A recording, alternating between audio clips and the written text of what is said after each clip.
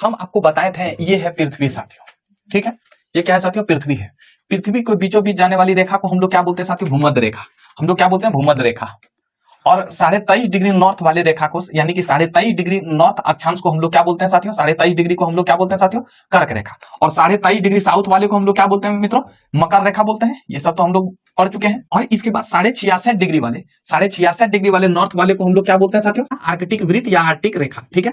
और 66.5 degree south वाले रेखा को हम लोग क्या बोलते हैं? अंटार्कटिक रेखा बोलते हैं। क्या बोलते हैं मित्रों? अंटार्कटिक रेखा। यहां से हम लोग पढ़ चुके थे कि कर्क रेखा और मकर रेखा के बीच के क्षेत्र को हम लोग क्या बोलते हैं? उष्णकटिबंधीय क्षेत्र कहते हैं। और हमने आपको बताया था कि 23.5 डिग्री से लेकर 66.5 डिग्री वाले क्षेत्र को हम लोग क्या बोलते हैं साथियों? शीतोष्ण कटिबंध बोलते हैं। क्या बोलते हैं मित्रों? शीतोष्ण कटिबंध बोलते हैं। अब हम लोग शीतोष्ण कटिबंध के बारे में पढ़ेंगे। अब हम लोग किसी के बारे में पढ़ेंगे? शीतोष्ण कटिबंध के बारे में पढ़ेंगे। हमने यहां देखा था कि उष्ण कटिबंधीय क्षेत्र में जो है किस तरह की वनस्पतियां पाई जाती है, हम लोगों ने इसके बारे में चर्चा किया था। अब हम लोग शीतोष्ण कटिबंध के बारे में चर्चा करेंगे साथियों, ठीक है। कोई दिक्कत? तो सबसे पहले शीतोष्ण कटिबंध का क्षेत्र कहां से कहां है साथियों? तो 23.5 डिग्री से 66.5 डिग्री साउथ में भी और 23.5 डिग्री से 66.5 डिग्री नॉर्थ में भी।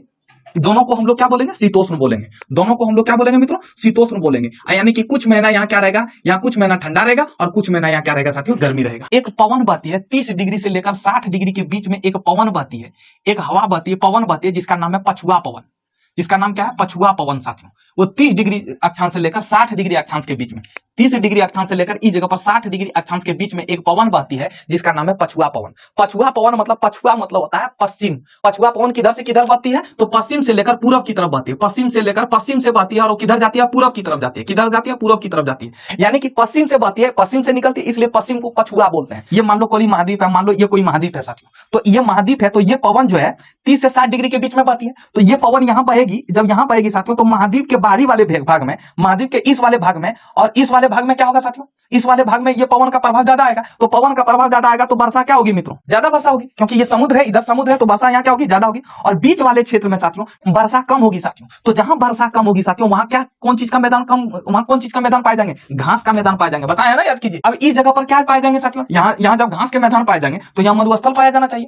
पाया जाना चाहिए कि नहीं? लेकिन नहीं, यहाँ मरुस्थल नहीं पाए जाते हैं साथियों। यहाँ मरुस्थल नहीं पाए जाते। यहाँ क्या पाए जाएंगे इसके बारे में हम बताएंगे। कोई भी अगर पछुआ पवन चलेगी तो 1 नंबर वाले भाग में वर्षा ज्यादा होगी, 2 नंबर वाले भाग में वर्षा कम होगी, तो इसलिए यहाँ घास के मैदान पाए जाएंगे। और इस घास के मैदान को बोलते हैं शीतोष्ण घास के मैदान। और बताइए, उष्ण कटिबंधीय घास के मैदान के बारे में हम लोग भी चर्चा किए थे किसमें? उष्ण कटिबंधीय वाले चैप्टर में। अब हम लोग शीतोष्ण घास के मैदान के बारे में चर्चा करेंगे साथियों। और 3 नंबर में यहाँ मरुस्थल नहीं होगा साथियों। क्यों नहीं मरुस्थल होगा? आगे चल के इसका भी हम जवाब दे देंगे साथियों, ठीक है। कोई दिक्कत? यहाँ नहीं, यहाँ जो है ना, यहाँ गर्म जल धारा होती है। इस जगह पर गर्म जल, इधर भी तो समुद्र है, तो यहाँ जो है होगी, यहाँ गर्म जल धारा होगी, ठीक है। अब ये कैसे होगा इसके बारे में हम चर्चा करेंगे आगे की क्लास में, ठीक है। कोई दिक्कत? इस प्रदेश में जो शीतोष्ण कटिबंध होगा साथियों, शीतोष्ण कटिबंध का क्षेत्र कहां से कहां तक होगा? 23.5 डिग्री से लेकर 66.5 डिग्री वाले क्षेत्र को हम लोग क्या बोलते हैं? शीतोष्ण कटिबंध का क्षेत्र। इसके बाद इस कटिबंध के क्षेत्र में ही, यानी कि 30 से 60 डिग्री के बीच में एक पवन बहती है, जिसका नाम है पछुआ पवन। इस पछुआ पवन का साथियों ये प्रभाव इस शीतोष्ण कटिबंध के क्षेत्र में इसका प्रभाव रहता है। कहीं अधिक रहेगा, कहीं कम रहता है। कहां से कहां? 30 डिग्री से लेकर 60 डिग्री तक पछुआ पवन का प्रभाव रहता है। इस क्षेत्र में महाद्वीप के आंतरिक भाग में, आंतरिक मतलब बीच वाले भाग में साथियों, कौन से क्या पाए जाएंगे साथियों? आंतरिक भाग में क्या पाए जाएंगे साथियों? घास के मैदान पाए जाएंगे। और ये घास का मैदान किस तरह का होगा साथियों? शीतोष्ण घास का मैदान होगा साथियों। इस घास को मैदान को हम लोग क्या बोलेंगे साथियों? शीतोष्ण घास का मैदान कहेंगे। जैसे अमेरिका का प्रेरी घास का मैदान, अर्जेंटीना का पंपास घास का मैदान, ये सभी जो है शीतोष्ण घास के मैदान का एग्जाम्पल है साथियों, ठीक है। और ये शीतोष्ण घास का जो अमेरिका का जो, अच्छा एक बात बताओ, अमेरिका का जो परेडी घास का मैदान होगा साथियों, अमेरिका का जो परेडी घास का मैदान होगा, कहां से कहां तक होगा? 1 नंबर में होगा या 2 नंबर में होगा? बताओ मित्रों, 1 नंबर में होगा या 2 नंबर में होगा? बताओ। 2 नंबर में होगा। एकदम कॉमन सेंस की बात है साथियों। क्यों? क्योंकि ये शीतोष्ण कटिबंधीय क्षेत्र है, तो यहाँ 2 नंबर में ऑटोमेटिक होगा। यहाँ की शीतोष्ण घास के मैदान कहां पाए जाएंगे? यही 23.5 डिग्री से लेकर 66.5 डिग्री के बीच में साथियों। यूरोप में भी शीतोष्ण घास के मैदान को हम लोग स्टेपी कहा जाता है। यहाँ इस जगह पर ऑस्ट्रेलिया भी है साथियों। ऑस्ट्रेलिया में शीतोष्ण घास के मैदान को क्या कहा जाता है साथियों? डाउन्स कहा जाता है साथियों। और याद रखना कि जितने ये वाले क्षेत्र में साथियों, यहाँ फल जो है रसदार पाए जाएंगे। यहाँ जितने भी फल होंगे साथियों, रसदार फल होंगे साथियों। यहाँ कैसे होंगे साथियों? रसदार होंगे। क्यों रसदार? कहां लिखा? बढ़िया लिखा, रसदार होंगे साथियों। ये जो शीतोष्ण कटिबंधीय क्षेत्र में जो फल पाए जाएंगे वो रसदार फल पाएंगे। जब रसदार फल होंगे तो वाइन्स के लिए, शराब के लिए बहुत ही फेमस जगह होगा साथियों। जैसे कश्मीर में साथियों, कश्मीर में आधा गर्मी और आधा ठंडा पड़ता है, बर्फ जमता है, तो वहां देखो सेब पाए जाएंगे। और सेब रसदार फल होते हैं साथियों, और उसी से आपको पता होनी चाहिए कि उससे बियर बनता है कि नहीं? तो जितने भी रसदार फल होते हैं साथियों, वो क्या करते हैं? शराब उत्पादन में वो अपनी भूमिका निभाते हैं साथियों। तो जितने भी यहाँ शीतोष्ण कटिबंध के क्षेत्रों के वहां रसदार फल पाए जाएंगे साथियों, और शराब उत्पादन के लिए यह फेमस जगह होगा। इसलिए इसी जगह पर, इसी शीतोष्ण कटिबंध के एक जगह पर साथियों स्पेन का एक जगह है जिसका नाम है सराकोजा। इसको साथ में शराब का स्वर्ग कहा जाता है। तो स्पेन का जो सराकोजा जो है, इसे शराब का स्वर्ग कहा जाता है। ये शराब के लिए विश्व में सबसे प्रसिद्ध है साथियों। और ये क्षेत्र जो है ये कहाँ है, इसी शीतोष्ण कटिबंधीय के बीच में स्थित है साथियों। अब हम लोग 66.5 डिग्री से लेकर 90 डिग्री के बीच में साथियों, अब 66.5 डिग्री से लेकर 90 डिग्री के बीच वाले क्षेत्र को हम लोग क्या बोलते हैं, शीत कटिबंध बोलते हैं कि नहीं साथियों। तो हम यहाँ बोले चाहे यहाँ बोले, बात क्या है, बराबर है। तो अब हम लोग शीत कटिबंध के बारे में पढ़ेंगे, शीत कटिबंध में क्या क्या होता है, ठीक है। इस शीत कटिबंध का क्षेत्र कौन सा है, 66.5 डिग्री से लेकर 90 डिग्री वाले क्षेत्र को हम लोग क्या बोलते हैं, शीत कटिबंध। जब वन पढ़ाएंगे तो वहां उस समय टुंड्रा और टेगा वन के बारे में पढ़ाएंगे, ठीक है। वन भी इसी तरह के होंगे साथियों। हम एक बात पूछते हैं, सूर्य प्रकाश की तीव्रता, सूर्य की प्रकाश की जो तीव्रता होगी साथियों, यहां कम होगी या अधिक होगी साथियों? सूर्य की प्रकाश की तीव्रता यहां कम होगी या अधिक होगा, बताओ साथियों? कम होगा साथियों। क्यों? क्योंकि ये शीत कटिबंध है साथियों। सालों भर सूर्य की किरणें कहां चमकती है साथियों, कर्क रेखा और मकर रेखा के बीच में चमकती है। और इधर याद कीजिए ना, प्रकाश याद कीजिए, एल्बिडो है ना। तो सूर्य की प्रकाश की तीव्रता शीत कटिबंध में कम होगी साथियों। जब तीव्रता कम होगी साथियों तो तापमान भी क्या होगा साथियों, कम होगा। और जब तापमान भी कम होगा तो क्या होगा, ठंडा प्रदेश होगा कि नहीं, बताओ होगा कि नहीं। जब टेम्परेचर कम होगा ठंडा लगेगा। अच्छा एक बात बताओ, क्या बर्फ पर वनस्पति उगते हैं, हाँ या ना बोलो? नहीं उग सकते हैं, नहीं उग सकते हैं, उग सकते हैं। पूछोगे क्यों? भाई कुछ नहीं करो, ये दीवार है ना, दीवार पर देखना, कुछ दीवार पर जो है पानी उसमें छिड़क दो, कुछ दिन के बाद देखना उसमें क्या निकलना, शैवाल निकलने लगेगा, हरा हरा काई का निकलने लगेगा। अब साथियों इसमें क्या होगा साथियों, शीत कटिबंध में क्या होगा साथियों, शीत कटिबंध में 2 चरण होंगे साथियों। यहाँ ऐसा क्षेत्र होगा जो पूरी तरह से बर्फ से ढका होगा साथियों, जो पूरी तरह से बर्फ से ढका होगा, वहां मांस व लाइकेन पाए जाएंगे साथियों, मांस व लाइकेन पाए जाएंगे। अब इसको क्या बोलते हैं, मांस और लाइकेन मतलब क्या होता है, ध्यान से समझना। और जहां मांस व लाइकेन पाए जाएंगे इसी को हम लोग बोलते हैं, ज्योग्राफी की भाषा में बोलते हैं शैवाल। इसी को बोलते हैं शैवाल। शैवाल का निर्माण होता है मांस व लाइकेन से मिलकर बनता है शैवाल। अब ये मत पूछना कि मांस क्या होता है, मांस पठा वाला मांस नहीं होता है, ठीक है, हम समझ रहे हैं। मांस पूछ दोगे, हम जानते हैं। लाइकेन क्या होता है ये कल के चैप्टर में बताएंगे, बोटनी के चैप्टर में। इतना अभी ये समझना कि मांस और लाइकेन मिलकर बनता है शैवाल, जिसको हम लोग बोलते हैं सेमार। अब देखो दूसरा, इसी शीत कटिबंध में साथियों, इसी शीत कटिबंध, हम यहां दूसरा लिखते हैं, इसी शीत कटिबंध में साथियों, इसी शीत कटिबंध में दूसरा एक ऐसे क्षेत्र भी पाए जाएंगे साथियों। पहला ऐसे क्षेत्र पाएंगे जो पूरी तरह से बर्फ से ढका होगा, कुछ ऐसे क्षेत्र पाए जाएंगे साथियों जहां 8 से 10 महीना ही बर्फ जमा रहेगा साथियों, हिमपात रहेगा। हिमपात मतलब बर्फ जमा रहेगा। कुछ ऐसे भी क्षेत्र पाए जाएंगे, जैसे ये वाला क्षेत्र, ये वाला जो क्षेत्र होंगे जो शीतोष्ण कटिबंध के करीब में रहेंगे, कुछ ऐसे भी क्षेत्र होंगे 8 से 10 महीना ही बर्फ पाए जाएंगे साथियों। इसके बाद जैसे यहाँ सूर्य की किरणें यहाँ आएगी तो यहाँ से क्या होगा कि यहाँ जो ये बर्फ होगा साथियों, ये पिघल जाएगा साथियों। और जब पिघल जाएगा साथियों तो यहाँ जो वनस्पति पाएंगे साथियों, शंकुधारी वनस्पति मिलेंगे साथियों, शंकुधारी वनस्पति मिलेंगे साथियों, शंकुधारी वनस्पति मिलेंगे। क्यों रहता है थोड़ा सा समझो। ऐसे शंकुधारी मतलब ऐसे वनस्पति जो मिलेंगे साथियों, ये इस तरह के वनस्पति मिलेंगे, इस तरह के वनस्पति ऐसे मिलेंगे, शंकुधारी वनस्पति मिलेंगे साथियों। क्यों होंगे शंकु आकार के? क्योंकि साथियों देखो कि जब मान लो बर्फ पड़ेगा तो क्या होगा, बर्फ के कारण वो प्रकाश संश्लेषण नहीं कर पाएंगे साथियों। बर्फ के जब दब जाएंगे तो प्रकाश संश्लेषण नहीं करेंगे, तो क्या होता है कि साथियों वो क्या करता है कि जैसे बर्फ उसमें पड़ने लगता है, तो बर्फ अगर इस तरह रहेगा तो बर्फ को क्या करता है, अपने आप बर्फ क्या होता है, बर्फ जमने के बाद अपने आप गिरने लगता है साथियों। तो जब गिरने लगता है साथियों तो वहां की वनस्पतियां प्रकृति ने कैसे बनाया साथियों, शंकुधारी बनाया है साथियों। इनके जो वनस्पति होंगे साथियों, जो वनस्पति होंगे बड़ा मुलायम होंगे साथियों, और इनके वनस्पति से लुगदी बनाया जाता है साथियों। इस लुगदी से पता है क्या बनाया जाता है साथियों, कागज बनाया जाता है। लेई की तरह होता है, देखो कूटम लगाता है, मर्दे कूटम ढूंढो निगलने लगा देता है, उसी को बोलते हैं लुगदी साथियों। और ये लुगदी जो है कागज बनाने के लिए काम में आता है साथियों। अब आपको क्या करना है साथियों, अब आपको क्या करना है, जितने भी भूमध्य रेखा पर देश है सबको पश्चिम से पूर्व तक याद करना है। कर्क रेखा पर जितने देश है सबको पश्चिम से पूर्व की तरफ, मकर रेखा पर जितने देश है सबको पश्चिम से पूर्व की तरफ याद करना है। ये मेरे तरफ से आपका होमवर्क है।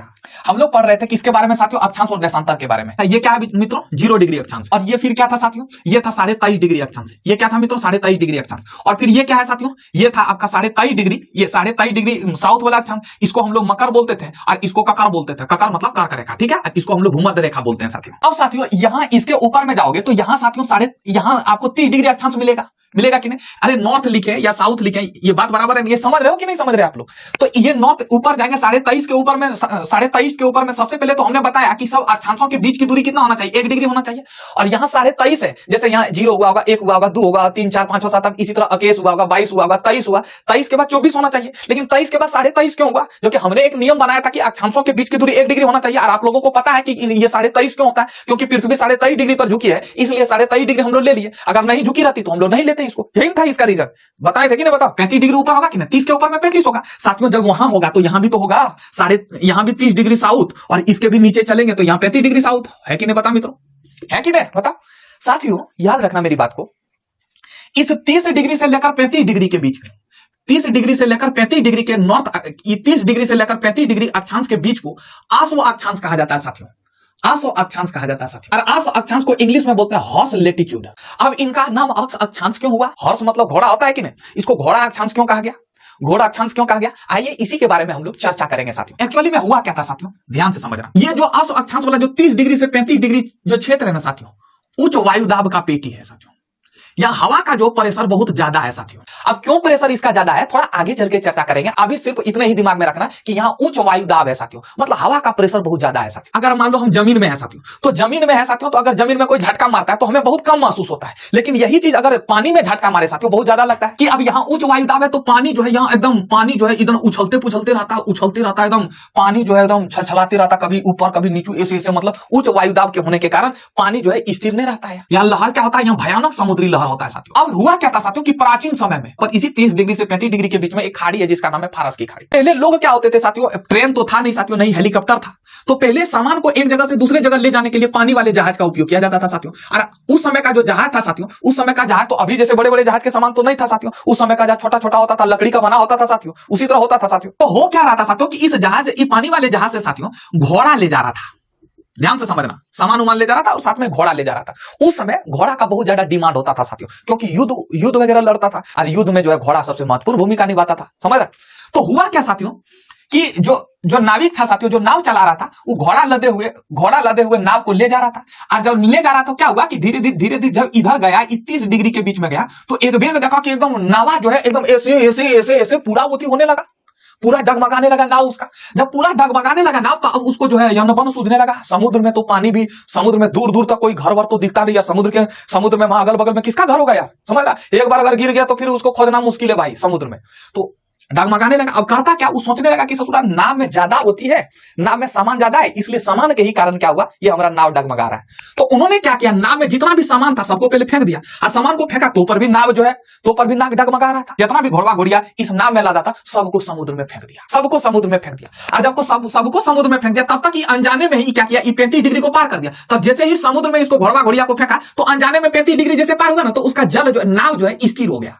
फिर नाव उसका नहीं डगमगाने लगा, उसको पता ही नहीं था कि ससुरा ये उच्च दाब वाला क्षेत्र है। लेकिन अनजाने में ये 35 डिग्री को पार कर दिया, तो उसका नाव डगमगाना खत्म हो गया साथियों। तो इसलिए तभी से इसका नाम साथियों आसो अक्षांश पड़ गया। जब इसको आसो अक्षांश कहेंगे तो नीचे वाला को भी तो आसो अक्षांश कहेंगे, यानी कि जो यहां घटना हुई होगी यहां भी वही घटना हुई होगी साथियों। अब देखो ये है, ये 0 डिग्री कर्क रेखा, इसके बाद यहां से आसो अक्षांश, ऐसे भी तो आप लिख सकते हैं, नया हम लोग नाम खोज लिए साथियों, मकर रेखा, ये आर्कटिक अंटार्कटिक, ऐसे तो आप लोग सब जानते हैं। 66.5 डिग्री नॉर्थ वाले को क्या बोलेंगे, 66.5 डिग्री साउथ वाले को क्या बोलेंगे, आप लोग इससे परिचित हैं, बार बार क्या लिखना है इसको, ठीक है।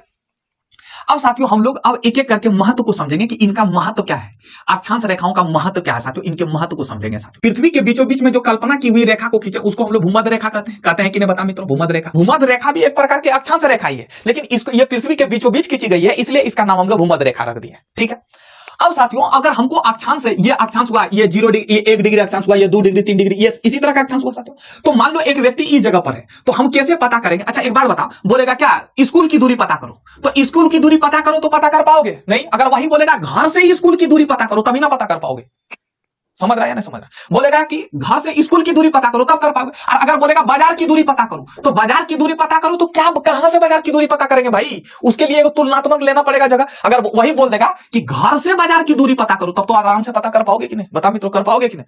और जब बोला था कि केवल बाजार की दूरी पता करो, तो कहां से बाजार की दूरी भाई, समझ रहे। तो उसी तरह क्या हुआ साथियों कि भूमध्य रेखा से मान लो हम यहां है साथियों, तो हम यहां है इस अक्षांश पर है, मान लो हम 24 डिग्री अक्षांश पर है साथियों, तो हम इसके बाद हमको पता अक्षांश में हम 24 डिग्री अक्षांश पर है, तो हमको यह पता हो जाता है कि हम भूमध्य रेखा से कहां है साथियों। अक्षांश से यह पता हो जाता है साथियों, हमको अक्षांश से यह पता हो जाता है साथियों कि हम भूमध्य रेखा से यानी कि पृथ्वी के बीच रेखा से हम कितने डिग्री पर है साथियों, कितने डिग्री पर है हमको यह पता चल जाता है साथियों। और याद कीजिए साथियों, सूर्य की किरणें जो सालों भर कहां चमकती है साथियों, कर्क से मकर रेखा के बीच सालों भर एकदम खड़े खड़े चमकती है साथियों। और याद याद कीजिए एल्बिडो बताए थे या नहीं बताए थे, इधर उतना नहीं चमकती है साथियों। जब नहीं चमकती है तो सूर्य जो है, सूर्य क्या करेगा, मौसम परिवर्तन करेगा कि नहीं, हाँ या ना वालों। तो साथियों जब सूर्य जो है यहाँ चमकती है, यानी कि सूर्य जो है सालों भर कर्क रेखा से मकर रेखा के बीचों बीच में खड़े खड़े चमकती है, तो इसे हम कह सकते हैं कि जलवायु का भी अनुमान हम लगा सकते हैं साथियों, जलवायु का भी अनुमान लगा सकते हैं। यानी कि कहां कब बारिश होगी साथियों, कितने डिग्री अक्षांश पर आज बारिश हो रही होगी, आज कल कितनी डिग्री अक्षांश पर होगी साथियों, इसका अनुमान हम खड़े खड़े लगा सकते हैं साथियों। क्योंकि साथियों क्यों, अगर पूछेगा क्यों ऐसा कर सकते हैं, क्योंकि ये तापमान जो है, तापमान जो सूर्य का जो तापमान है साथियों, कौन निर्धारित करता है, अक्षांश ने निर्धारित करता है। कैसे, सूर्य का जो है हम लोग ऐसे पता कर लेते हैं कि सूर्य का तापमान, सूर्य सबसे ज्यादा तापमान कहां देगा साथियों, कर्क रेखा के से मकर रेखा के बीच में। तो इसका मतलब ये होगा कि सर्वाधिक बारिश यही होगी साथियों, यही होगी। इसके बाद इधर जैसे जाएंगे साथियों, बारिश की मात्रा कम होते जाएगी साथियों। क्यों साथियों, इधर क्योंकि साथियों इधर सूर्य का तापमान बहुत ही कम पड़ेगा साथियों, और जब बहुत कम पड़ेगा साथियों तो भाप बहुत कम बनेगा, और जब भाप बहुत कम बनेगा साथियों तो बादल भी कम बनेगा साथियों, और बादल जब कम बनेगा तो बारिश भी कम होगी साथियों। तो हम इसे ये पता कर लेते हैं कि साथियों कि जलवायु कहां कैसा है। समझ में आया या नहीं आया। और इसके बाद हम लोग ये भी पता कर लेते हैं कि कोई भी स्थान कहां है, कोई भी स्थान कहां है, एकदम आसान से हम कोई भी स्थान को अनुमान लगाने के लिए, कोई भी स्थान को पता करने के लिए हम लोग अक्षांश रेखा की सहारा लेते हैं। जैसे अगर कह दे साथियों कि मान लो भारत जो है 23.5 डिग्री अक्षांश पर है, 23.5 डिग्री पर अक्षांश पर, तो हम लोग दिमाग लगा लेंगे कि कहां है 23.5 डिग्री के अक्षांश पर, यानी कि पृथ्वी के ऊपरी वाले भाग में होगा, उत्तरी अक्षांश में होगा साथियों। हम लोग ये पता कर लेते हैं साथियों, ठीक है, कोई दिक्कत, यानी कि कोई भी स्थान का अनुमान लगाने के लिए हम लोग किसका सहारा लेते हैं साथियों, अक्षांश का सहारा लेते हैं। समझ में आया किसी को, कोई एनीबॉडी प्रॉब्लम। तो ये था साथियों अक्षांश का चैप्टर।